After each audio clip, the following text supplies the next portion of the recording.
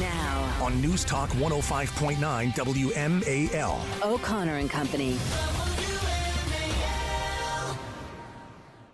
It's 8:06 here on this big Wednesday morning. Thanks for joining us. Coming up in 60 minutes, we're going to hand it off to the mighty Chris Plant. We're also going to tell you all about Glenn Youngkin's new model policies for schools in Virginia. And in mere moments, we're going to let you know what Larry Hogan announced yesterday.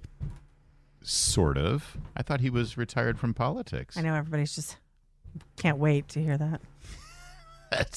It could have an impact on the presidential election. Larry Hogan. I think it will. I do. I'll tell you why. And I think it hurts Biden, by the way, if he does do what it looks like he's going to do. I'll tell you all about it coming up in just a moment. I'm Larry O'Connor, by the way. That's Julie Gunlock right there. I am a Maryland Republican. Yes. Now, people think that Maryland is a very Democrat state, which, well, it is. But what's funny about Maryland is that, generally speaking, the state of Maryland during presidential years, when they vote statewide, or in the gubernatorial races we just had last time around, it generally ends up splitting about 65-35 Democrat-Republican, 65-35, 65-35. And that, make no mistake, that is a dominant Democrat vote. 65-35, are you kidding me? Yeah. But here's the funny thing. We have 10 congressional districts in Maryland.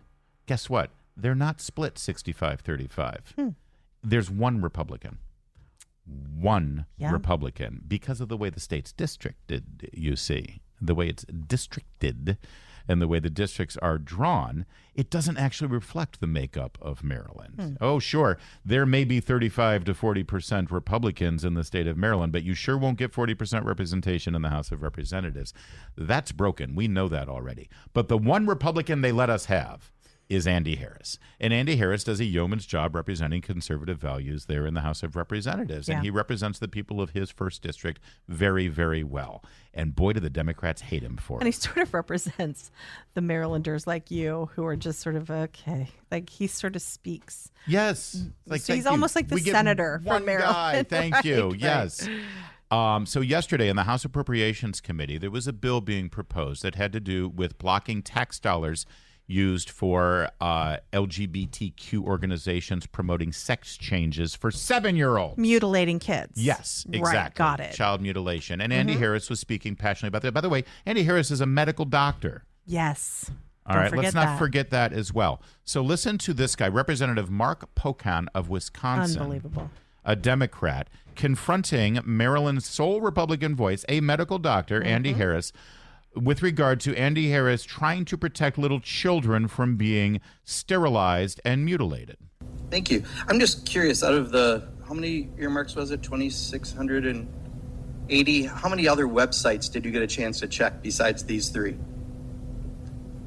Me personally, I'm actually in charge of kind of the agriculture community. But you know these three really, really well. You're very astute at finding every word in every web page. How many other web pages besides the three did you actually look at out of the 2,680, I guess it was? Answering the gentleman's question, those are the three in question. I'll take my time back. I got the answer. I'm taking my time back. You know, there's a saying, how do you show you're a bigot without saying you're a bigot? I'm just saying there's a saying. I did not say. Well, I didn't hear you. I didn't catch you, so I said, Dan, you did not accuse me of bigotry right now, No, did you? I said a saying. There's a saying. How do you show okay. that you're expressing bigotry without saying you're a bigot, right? That's all I'm saying. There's an interesting saying. You know, what a absolute gutless wonder this guy. You know what? Just coward. say it. Just say it. Yeah. Oh, no. I'm just saying there's a saying. I'm not saying. I'm just saying. Yeah. Oh, I'm not calling you a bigot. I'm just saying, show me you're a bigot without saying you're a bigot. Yeah. Get it? Oh, what's wrong with that? I can't say that. You know, show some cojones. Step up to the plate. You want to call Andy Harris a bigot? Just say you're a bigot, you jerk. Disgusting. Tell you what, Madam Chair, I'm going to save you some time because I actually respect the members here, even members who don't respect me. Because clearly when you accuse a group of grooming kids for having a support group, you don't know what the hell you're talking about. I will take back saying, how do you know you're a bigot without saying you're a bigot, because I think it's self-evident and I don't need to put the word Madam out. Chair, I ask that those words be taken down because they are not striking the gentleman, he did not move to take down his words. He merely moved to explain them. I said I would take down my words. Perhaps his eyes are so tired from reading so many websites that his ears can't hear. I don't know why Madam this Chair, is such an those issue. are personal. Notice how we're always called the hateful monsters and the vitriol and the look at them, they're out of control. There's no decorum, there's no class, there's no. Let's not forget their leaders, Hakeem Jeffries. Remember when he went through his alphabet in his speech? I still remember Hakeem Jeffries saying that Trump wasn't legitimately. I can't get elected. past that part. He should maybe he should be in special jail. counsel against Yeah, him, right? yeah. It went further. By the way, the only quarrel I have with Andy Harris is I don't think you should ask for these words to be stricken. I think that they should stand on their own. It tells you much more about who they are. Can I just tell you how much I admire Andy Harris's composure in that moment, though, because I don't know that I would have had that composure. Well, it kept going. Take a listen. I'm sorry, I don't move. I asked the chair to take down those remarks. Madam Chair, I ask for unanimous consent that any words that Mr. Harris thinks are offensive should be taken down. Any word with the letter L, G, B, or T should be taken down. Does that make you happy if we just take out Madam any Chair, word that includes the ask letter again L, G, to B, or strike T? the gentleman's words personally against me, They're not suggesting that I'm against you. too tired to think correctly. I asked, those are personalizations. They are clearly against the House rules, and I asked the gentlelady to take down those words. Mr. Harris, I'm going as far as to say anything that you should ever find offensive, I am glad to take away, and you still find that offensive. What that means to me is you find me offensive. I'm sorry. You find me offensive. All I'm trying to do... Everyone will suspend. The committee will now recess so we can gather the words. Gaslighting. Absolutely. He calls them names, totally ad hominem, and then gaslights them. He's the co-chair of the Congressional Progressive Caucus. He is the chair of the Congressional LGBT Equality Caucus.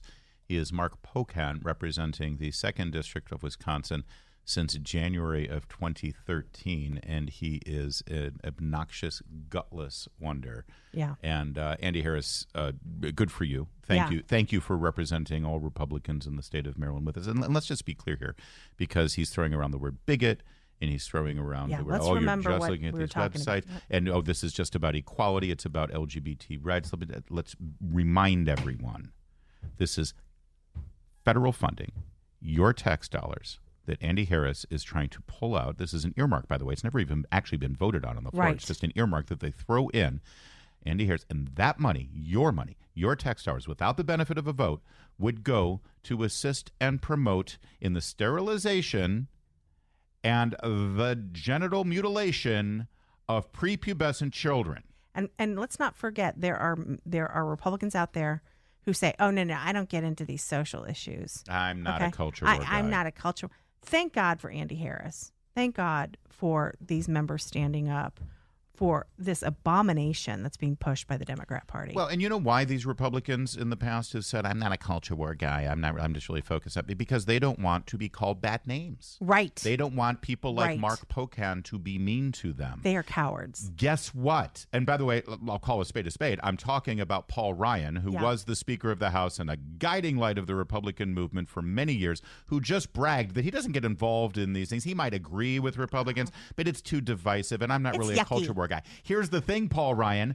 Even though you try not to engage in it and you say you're a culture war guy and you don't want to be called mean things by Mark Pocan of Wisconsin, they still said you were throwing grandma off a cliff and killing her. Yeah, remember that? So if you really stand for something, why don't you just stand for it? Because they're going to call you mean things anyway. But at the very least, you should stand for something important, like protecting little children. Thank you, Congressman Harris. And thank you for Paul Ryan for letting us know who you are. It's 8:15, WMAL traffic and weather every 10 minutes. First on the 5 with Jamie Whitten in the Hadid Carpet Cleaning Traffic Center. WMAL. Making sense of the news. Live from the Home Paramount Pest Control Studios. Home Paramount, the leader in pest control since 1939. On the next Vince Colonnade Show, the IRS whistleblowers speak. Join us to break down what we learned. 3 o'clock here on WMAL. So Larry Hogan was the governor of Maryland for 8 years, 2 consecutive terms. First Republican to do that in something like 60, 70 years, if I remember right. And then there was an open Senate seat that he could have run for. Or no, it wasn't open, but he could have run against Chris Van Hollen in 2022 as a very popular governor, probably the only person who could have challenged Chris Van Hollen. He chose not to do that. Didn't want to run against Chris Van Hollen. And most people thought, oh, because he's going to run for president. In the meantime, he also sort of checked out of the governor's race in 2022. When his selected candidate for the Republican nomination didn't win, he just abdicated. He basically handed it. He said, well, Cox doesn't have a chance, so it's going to be Wes Moore. Yeah. He took his ball and ran home. He didn't do anything to develop the Republican Party in Maryland when he was such a popular Republican. He didn't come out and campaign. By the way, he didn't even campaign for his own candidate for the primary. On the day of the primary election for his candidate, Kelly Schultz, he was in New Hampshire.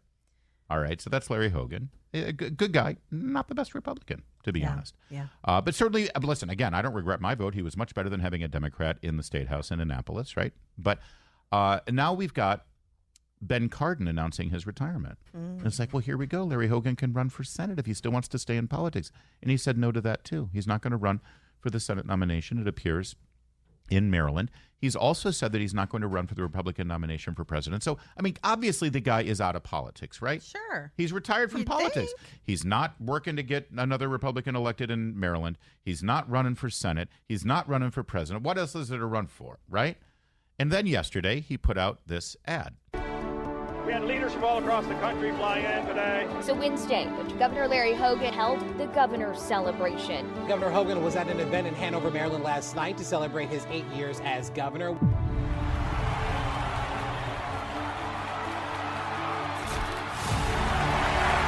Governor Hogan is well regarded among Republicans, Democrats, and independents, and because of that, he stood out. But I've always been an underdog, and people have always counted us out. But every single time, we've beaten the odds. And the people in this room have already helped us achieve the impossible. And if we can do that here in Maryland, then there's no place in America where these very same principles would not succeed.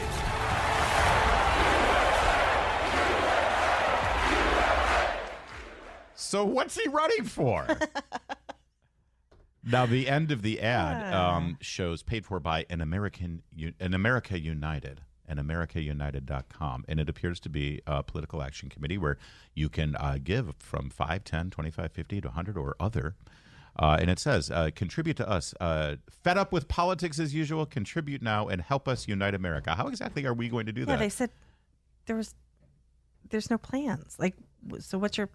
Well, the plan is to donate money. Yeah, I guess. And then you can unite America. So this came on the same day where there was a big put. Did you notice how this whole no labels party thing was everywhere yesterday? Yeah, I did. There was a huge push for no labels, no labels. This on the same day that Larry Hogan announces this ad and a lot of people are connecting the dots and saying, well, he's going to run third party. Right. He's going to run on this no labels thing, right?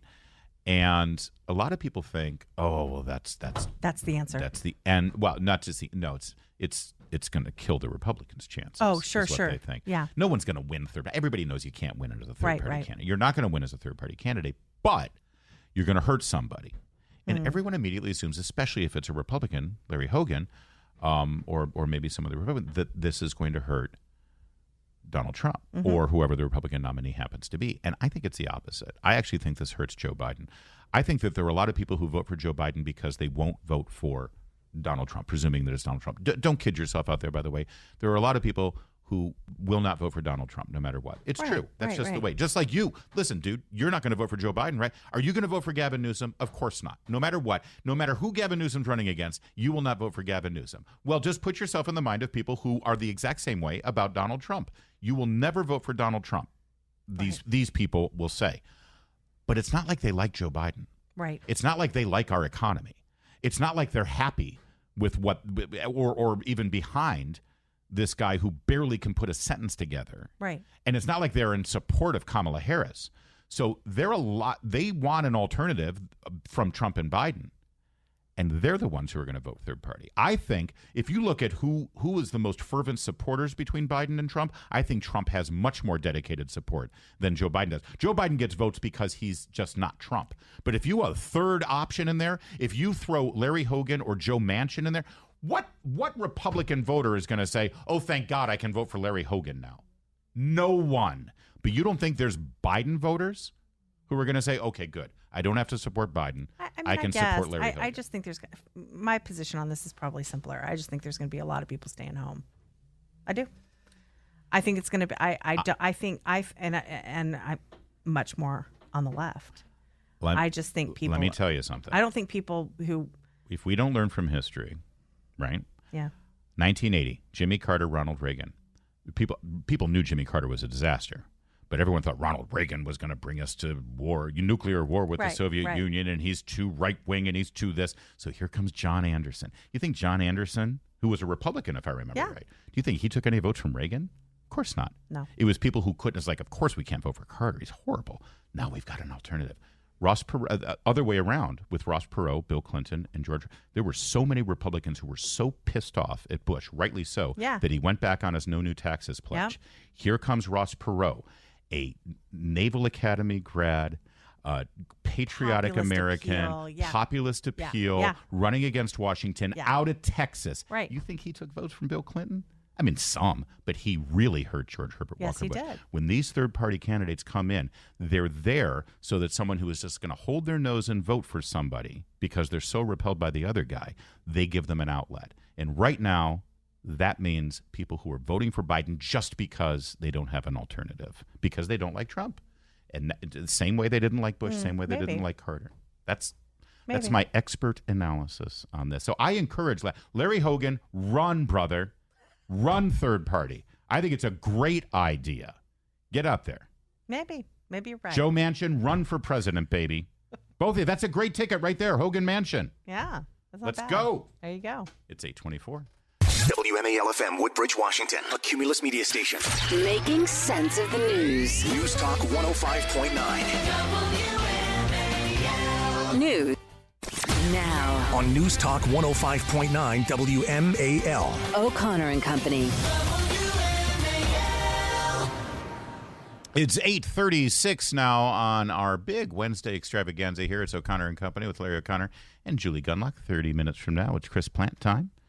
Can't wait to hear what Chris has to say about the Subway sandwich coverage at CNN. He used to cover the Pentagon during the global war on terror there back in the 2000s. I wonder how many stories he did on what kind of sandwich people were eating. Right. That's the burning question. At the Pentagon. One that CNN did not get to the bottom of. No, we'll get to the details of that coming up in just a moment. But big news yesterday, late afternoon. Much anticipated new model policies for Virginia public schools, government-run schools. Governor Youngkin, after a very thorough process, let's face it, this is how the Democrats they win an election, they get into office, and on day 2 they put forth all of these policies. They said from now on, there's no such thing as boys and girls. You can all use whatever room you want, right? and there's no process. There's no actual thoughtful discussion. There's certainly no contribution from the voters and the stakeholders, as they like to say. Well, Governor Youngkin did quite the opposite. He didn't come in and just say, boom, this is how it's going to be. He did the process properly. He drew on great experts. And yes, he did talk to you, the parents, and you, the taxpayers. And here's some thumbnails here of some of the things that are now in the new model policies for Virginia schools. Any school program, event, or activity, including extracurricular activities, that are separated by sex. The appropriate participation of students shall be determined by sex rather than gender or gender identity. In other words, and this extends to bathrooms and locker room assignments. So right now, in government-run schools, a child can utilize whatever sex-divided facility or sex-specific facility that they want based on how they identify, based on where they are at any given moment. No more. Now it's based on your biological makeup. Yeah. One thing I'm really concerned about, and I hope we have someone on from the Virginia Department of Education or someone from the Youngkin administration to talk about this, because I'm really concerned with enforcement. How is this going to be enforced? We know that these school boards are determined. For instance, they say, oh, there's no CRT. And of course there's CRT. Oh, there's no radical gender theory in schools. And there is. They use covers like SEL. and other programs. They weave this CRT and gender stuff into the curriculum so that it's not like a specific lesson on CRT or gender. It's just woven into the curriculum. So what I'm concerned about is that they will hide this. They will do these tricky little things to continue to hide things from parents. So enforcement's critical here, and we need to find out how that mechanism will work. 100% correct. By the way, with regard to athletics, any athletic program or activity that is separated by sex by appropriate participation of students shall be determined by sex rather than gender or gender identity. Again, protecting women's sports. Thank you, Governor Youngkin. Also, it should be because this is going to be manipulated, and they're going to lie to you. The Danica Rems of the world are going to lie to you about this and tell you that this is going to endanger transgender students. This is going to endanger people with gender dysphoria. This is going to drive them to suicide. It's going to make them subject to bullying and everything. By the way, these are the same people who opposed Sage's Law, which was literally all about a poor young girl who was being bullied over these issues. Yeah, and it would have protected kids from sex traffickers. Right. Danica was totally fine with that. But they're leaving this part out, and I just want to make sure I read it so that you know that this is the case. Quoting now, students with a diagnosis of gender dysphoria made by a licensed healthcare provider should consult with their school's ADA coordinator regarding any requested services. Now, this is critically important because right now, if a kid goes to their teacher or the principal or a counselor and say, hey, I want to identify, or I feel like I should identify, I feel like I'm trapped in the wrong body, I want to identify, that's the beginning, middle, and end of the discussion. They keep it from the parents, and they assist this child in their gender transition. Guess what? You don't have this issue, according to Virginia now, unless you actually have a written diagnosis of gender dysphoria made by a licensed healthcare provider. That's a critically important distinction. Yes. Because a lot of these people go through this process without ever getting any kind of observation. You can get, I've talked to some of these detransitioned children who walked down this path where they had these drugs prescribed based on a phone call.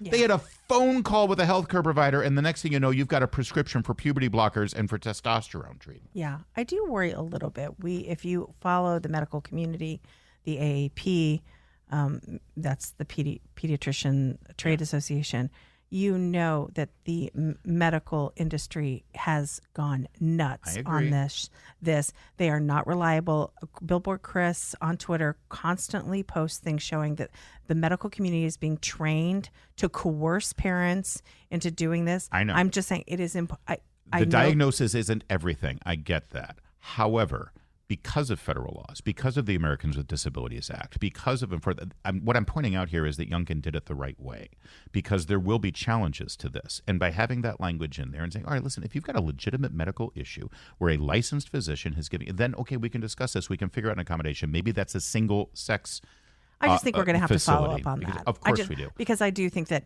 people are tossing out diagnoses like chiclets. So, it's... The other thing that we need to look at is what the Northern Virginia school boards are going to do, what the school superintendents are going to do. Because up until this point, whenever parents would complain about policies that they disagreed with, whether it was shutting down the schools, whether it was masking, whether it was vaccinations, whether it was gender issues like this, we would always hear from these gutless wonders who like walked over broken glass to raise money so they could become a school board member. It's like the most important thing in their life is to be elected to the school board. And then once they get there, when parents would complain about policies, they'd say, well, we can't do anything about it. Right. Well, why the heck did you want to be on a school board if you actually can't do anything once you're there? The fact is, they liked the policies that were coming from Terry McAuliffe and Ralph Northam. Loved them. They pretended like their hands were tied. They pretended like, hey, listen, we hear you, but we've just got to follow the model policies from Richmond. Okay, well, now you've got new model policies from Richmond. So let's see how compliant they are, Julie. Mm-hmm. Let's see how often they say, wow, I want to hear Carl Frisch say, I really disagree with these policies. But my hands are tied. I've got to follow them. Do we think Carl Frisch and the Fairfax County School Board is going to say that? No, we don't. They're going to sue, aren't they? That's right. They're going to sue. They're going to sue. And again, earlier we talked about this. Remember what happened during masking. Yep. Okay, that is actually your guide to what's going to happen here. They're going to change their tune from, hey, I just have to follow what the governor tells me, to, no, this is. Are you kidding? They're going to be the students at the barricades in Les Miserables. No, and they are the ones who are going to be screaming about trans kids being outed, and we have to protect them from their evil parents. Do you hear They're going the to commit people's... suicide. Yeah. Oh, it's going to be insane. We're going to see all this. 8:40.